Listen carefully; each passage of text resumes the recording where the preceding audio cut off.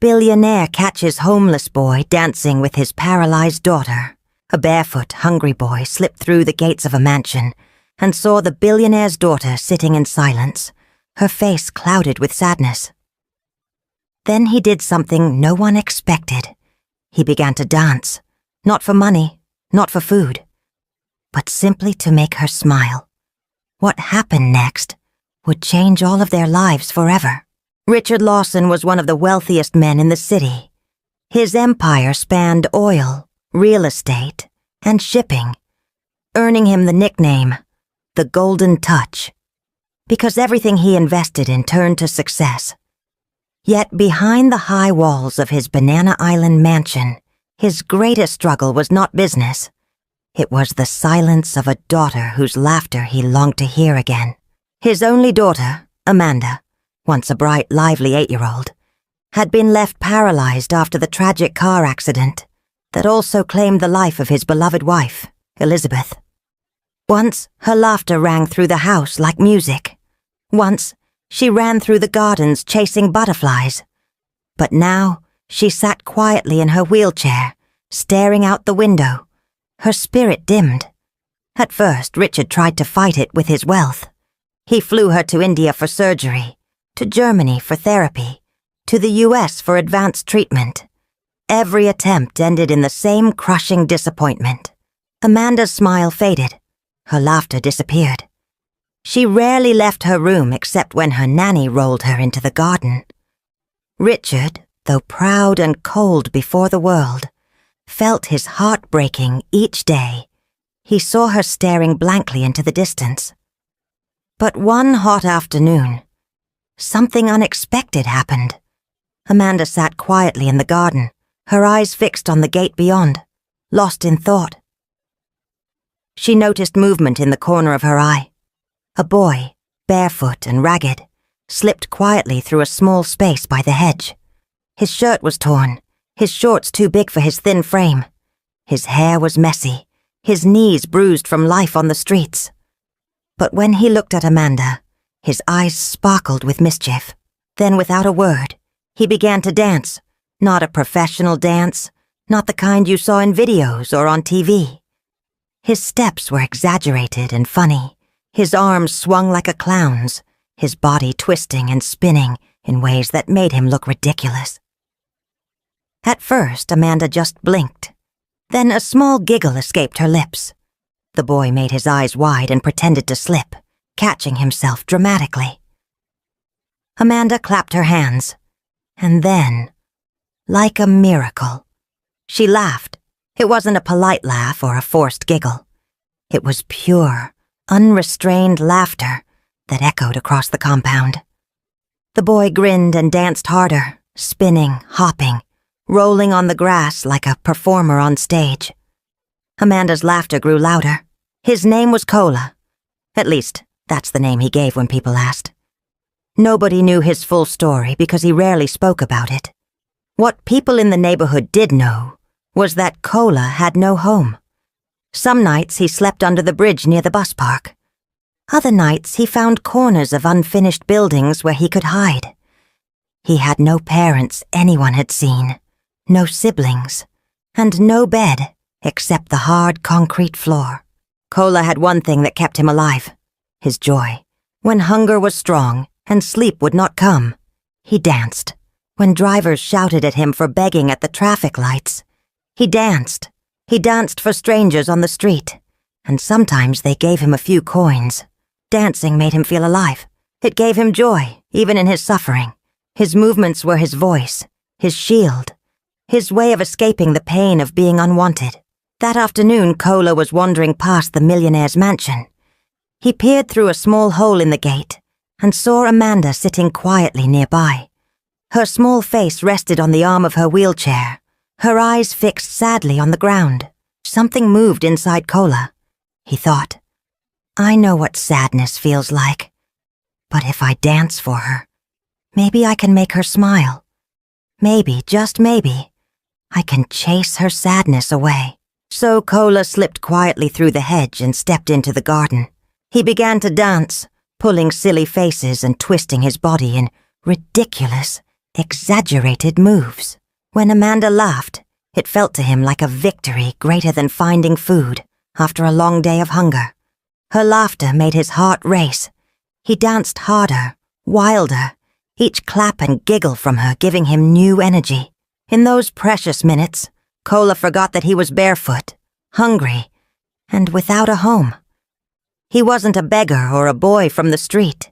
He was simply a child, bringing joy to another child. What Cola did not realize was that he wasn't only making Amanda laugh, he was changing her life, and his own, forever. Inside the mansion, Richard Lawson heard it. He froze. He hadn't heard that sound in months. He rushed to the balcony, expecting to see a miracle. And in a way, he did. His daughter was laughing, clapping, her eyes alive again. And the source of her joy was not medicine, not therapy, not money. It was a homeless boy, dancing barefoot in his compound. From the balcony, Richard Lawson's first reaction was anger. How had this ragged street boy entered his compound? Where were the guards? What if he was dangerous? Richard's fists clenched. He almost called out, ready to send the boy away immediately. But then he saw Amanda. Her cheeks were flushed with excitement. Her arms were moving, clapping with strength he hadn't seen in months. Her back, usually slouched, was upright, and her laughter, loud, uncontrolled, full of life, filled the air. Richard froze in his tracks.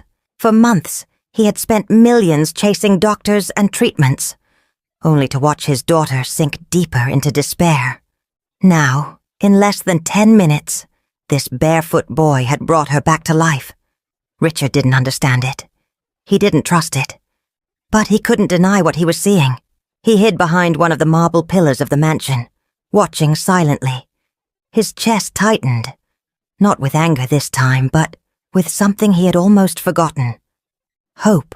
As the boy danced and Amanda clapped, Richard realized something shocking. This street boy was doing for his daughter what all his wealth could not. Cola came back the next afternoon, the same way he came the first time. Quiet, quick, and hopeful. He didn't sneak because he wanted to steal. He came because he now carried a small mission in his heart. Make Amanda laugh again. He had slept behind a kiosk the night before, stomach rumbling. But he woke up with a smile. He had found something bigger than hunger. Purpose. As he slipped through the hedge, he saw her waiting by the gate, eyes bright, hands already ready to clap. "Are you ready?" he asked, lifting his arms like a circus clown. Amanda giggled and nodded. Before he could start, Richard Lawson stepped out. For a second, Cola froze. He knew that look. Adult anger that comes before a beating or a boot on the road. He held his breath, prepared to run if he had to. Amanda's voice broke the tension. "Daddy, please don't send him away. Please." Richard studied the boy up close for the first time. The shirt was torn at the shoulder. The shorts hung on a waist too thin. The boy was barefoot with scars on his knees that told stories no child should have to tell. But his eyes were steady. Not arrogant, not weak, just steady. "What's your name?" Richard asked. "Cola," the boy replied. "Why did you come in here?" Cola swallowed. "I saw her. She looked sad the first day. I thought maybe if I danced, she would laugh. I didn't come to take anything, sir. I only came to give something small. I can leave after." The words were simple, but they sank into Richard like rain on dry earth. "Where do you stay?" Richard asked, softer now. "Anywhere," Cola said. "Bus park sometimes. I dance for small money. Sometimes I just dance for myself so hunger won't win." Amanda's eyes filled. "He makes me happy, Daddy." Richard glanced at his daughter. Her cheeks were glowing, her back straight. He noticed her toes shift. It might have been small, but it was a movement. Movement he hadn't seen in months. He took a breath. "Okay, you can stay. For today. In the open. Where I can see you. No misbehavior. Do you understand? Cola nodded quickly, relief washing over his face. He turned to Amanda with a grin. Showtime, he asked. She clapped, and just like that the garden became a stage again. 1 day turned into 3. 3 turned into a week. The guards were told not to stop the boy anymore. Let him in at 4 o'clock, Richard instructed. He leaves at 6. He eats before he goes. Cola arrived each day with new ideas. He danced like a spinning top. He told funny stories from the bus park. He acted out quarrels between Danfo drivers and their conductors. He made sound effects, fell dramatically, stood up grandly, bowed like a king, then crossed his eyes until Amanda's laughter shook her shoulders. But it wasn't just laughter. Something else was happening. Amanda's hands grew stronger from clapping. She started lifting her arms to copy Cola's moves. Her voice grew more confident. She told him, "Again! And no, do it like yesterday." She even tried to spin her wheelchair in small circles when he spun on the grass, and every small turn felt like victory. Richard watched all of this quietly. He noticed the little things. How Cola never asked for anything before performing. How he always checked Amanda's face before trying a joke. How he expected nothing but claps.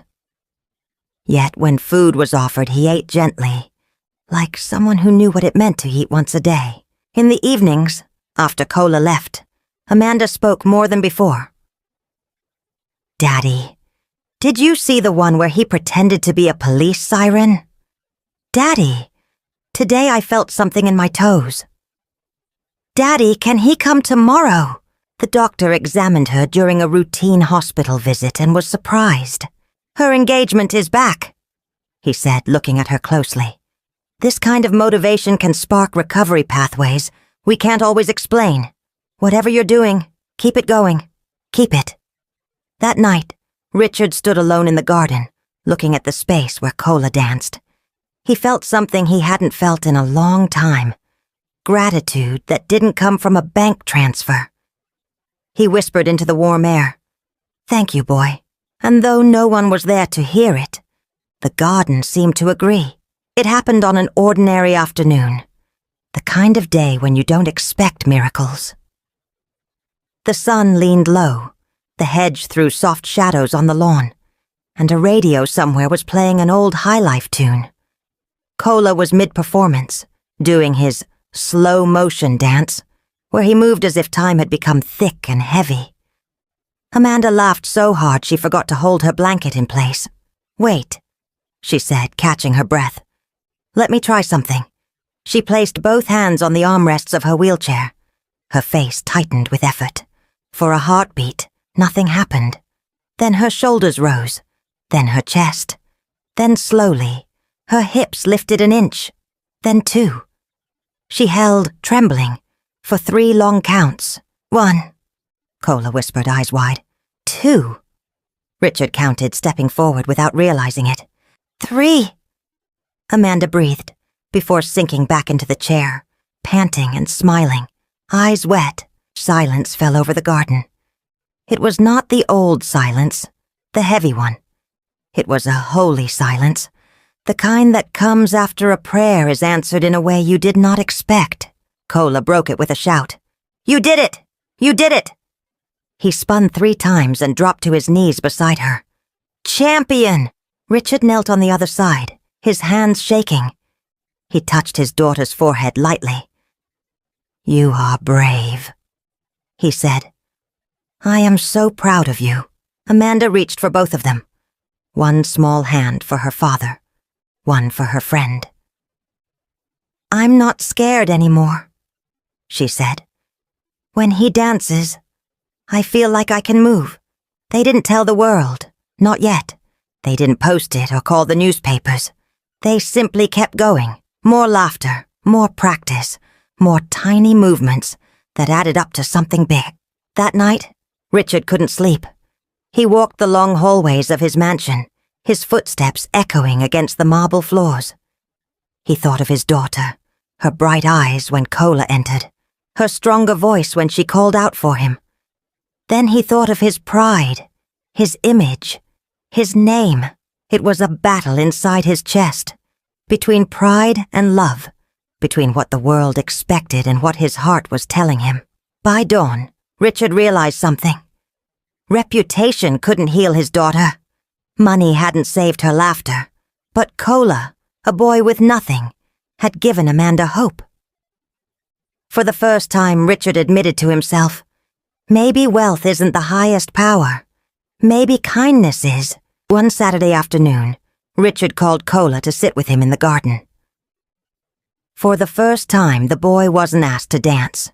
He was asked to talk. "Tell me about yourself," Richard said. Cola hesitated. Nobody ever asked about him. People only saw his dirty clothes and waved him off. But Richard's eyes were serious, almost gentle. "I don't know where I was born," Cola began softly. "My mother died when I was little. My father left. Some women at the market gave me food sometimes, but when I got older they stopped. So I stayed with other boys at the bus station. We sleep under the bridge or in shops if they're empty." Richard listened, his chest tightening. "Why do you dance?" he asked. Cola smiled faintly. "When you're hungry, your body feels heavy. If you just sit, the hunger wins. But if you move, if you dance, it feels lighter. People laugh. Sometimes they give me coins, sometimes they don't. But at least I don't feel invisible." Richard nodded slowly. He had attended the best schools, eaten the finest meals, and traveled the world. Yet sitting in front of him was a boy who had learned life's deepest truth without any teacher. Joy is strength. "From today," Richard said firmly, "you are not invisible anymore. You are part of this house." Cola blinked, unsure if he had heard correctly.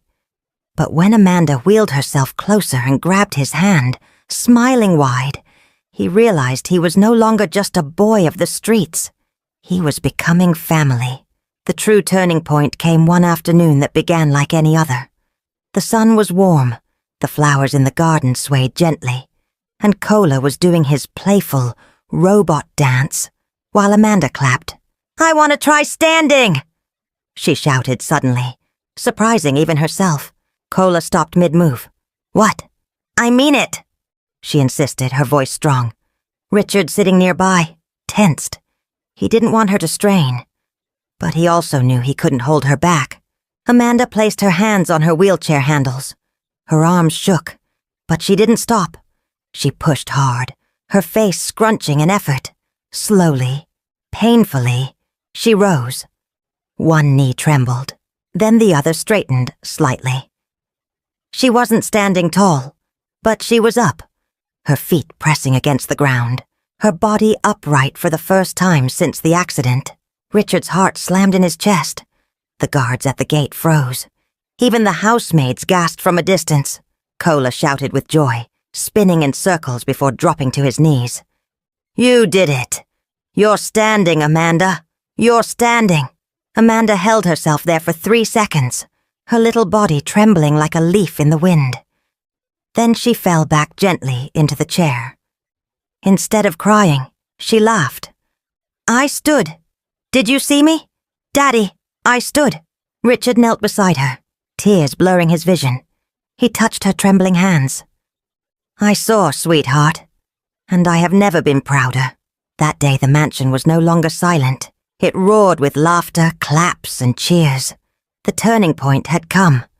And Richard knew it. His daughter's healing had begun. And it all started with a boy who once had nothing but a dance.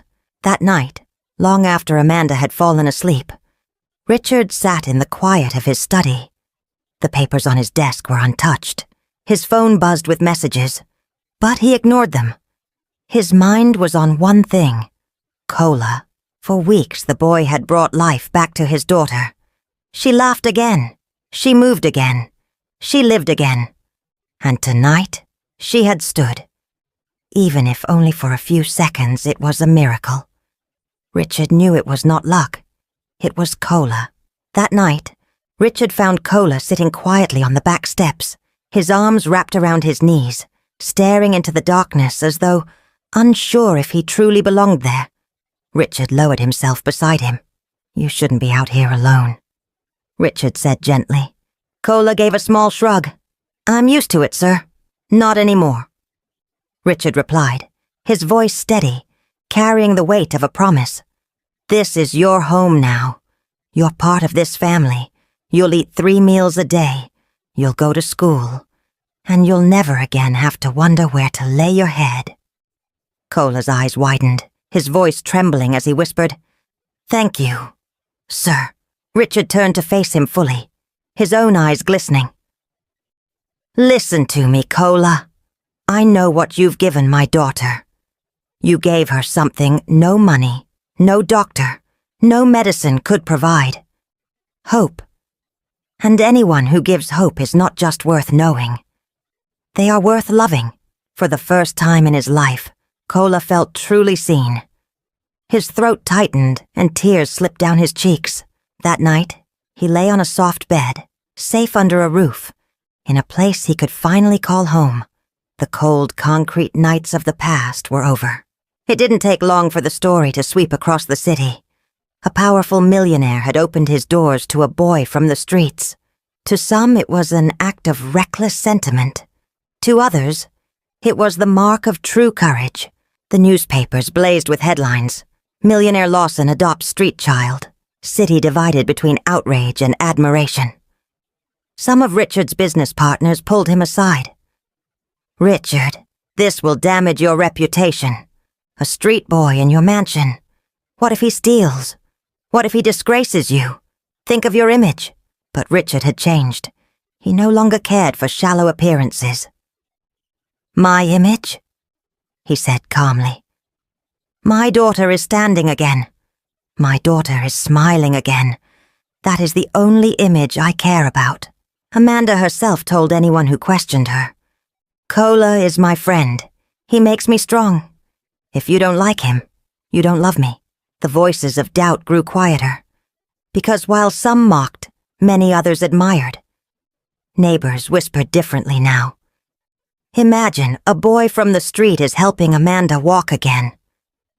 Maybe kindness is richer than money, and in the middle of it all, Cola remained humble. He didn't care about newspapers or gossip. Every day he just danced. Every day he laughed with Amanda. Every day he gave his gift. The mansion that once echoed with silence was now filled with life. Mornings started with Amanda calling out for Cola. Afternoons were filled with laughter as he performed his silly routines. Evenings ended with shared meals, where Amanda teased her father for smiling more often than before. Slowly, Amanda's therapy improved. With Cola cheering beside her, she walked small steps, then longer ones. She still used her wheelchair at times, but fear no longer controlled her. She was living again. Richard, too, transformed. He was no longer just a millionaire chasing business deals. He was a father rediscovering joy. And with Cola, he found himself acting like a father again, guiding, teaching, protecting. One day Amanda looked at Cola and whispered, "Now I'm not alone anymore. I have a brother." Richard laughed, but inside his heart swelled with pride. For the first time in years, his house was no longer just a mansion. It was a home. One evening, as the sun painted the city sky in gold and crimson, Richard stood in the garden watching Amanda take careful steps, with Cola holding her hand. The sound of her laughter, mixed with Cola's playful shouts, filled the air. In that moment, Richard understood something he had never truly known. Money was useful, yes, but true wealth was not in bank accounts or business deals. True wealth was in the laughter of his daughter, in the courage of a boy who refused to be broken by the streets, in the love that bound them all together. He whispered to himself, "I thought I had everything, but I had nothing until I met this boy." From that day, Richard Lawson became known not just as a wealthy man, but as a man of heart. Cola was no longer the homeless boy. He was part of the Lawson family, And Amanda's story became a beacon of hope for families everywhere. That sometimes the cure we need does not come from medicine or money, but from love, kindness, and unexpected friendship. If this story touched you, let us know in the comments, and tell us where in the world you're watching from. Don't forget to subscribe to Folk Tales by Olivia for more emotional, dramatic, and unforgettable stories. Until next time, stay kind, stay strong, and keep watching.